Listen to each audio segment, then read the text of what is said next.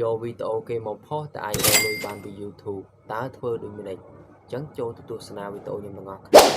ban chìm niệm số bông mai bông phun ngọt khné mà căn trên này YouTube trong ban solution oversaw ngọt khné ngàyนี้ខ្ញុំមានវីដេអូថ្មីមួយតាក់ទងនឹងការយកវីដេអូគេមកធ្វើដើម្បីរកលុយជាមួយនឹង YouTube បាទអញ្ចឹងការយកវីដេអូគេមកធ្វើដើម្បីរកលុយហ្នឹងគឺមានពីរចំណុចដើម្បីកុំឲ្យជាប់ copyright បាទ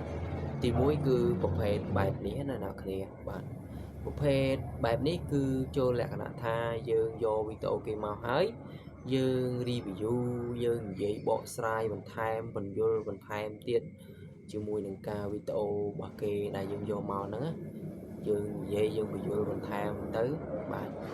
ហើយចំណុចទី2ហ្នឹងគឺបងប្អូនយកវីដេអូគេមកហើយ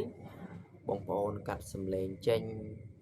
ឬកាត់រូបភាពចេញតិចតិចទៅបងប្អូនបញ្ចូលសំឡេងបងប្អូនបន្ថែមនៅ cover ភ្លេងបងប្អូនអញ្ចឹងទៅដើម្បីបងប្អូនផុសទៅគឺអត់ជាប់ copyright ហើយបងប្អូនអាចទទួលបាននៅការ monetize នៅការ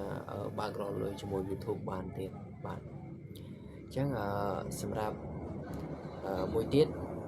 គឺវីដេអូគេដែលមានជាអក្សរជា link នៅលើវីដេអូសូមបងប្អូនកុំយកមកអីដោយសារតែវីដេអូប្រភេទហ្នឹងបងប្អូនយកមក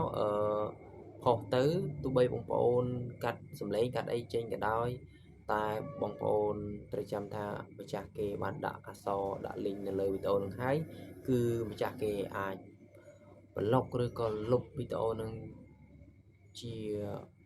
ឯកតាខណ្ឌសម្រាប់សិទ្ធិរបស់គេបានអញ្ចឹងបងប្អូនអញ្ចឹងវីដេអូនេះអត់មានអីច្រើនទេមានតែប៉ុណ្នេះកុំភ្លេចជួយ like subscribe ខ្ញុំម្នាក់មួយផង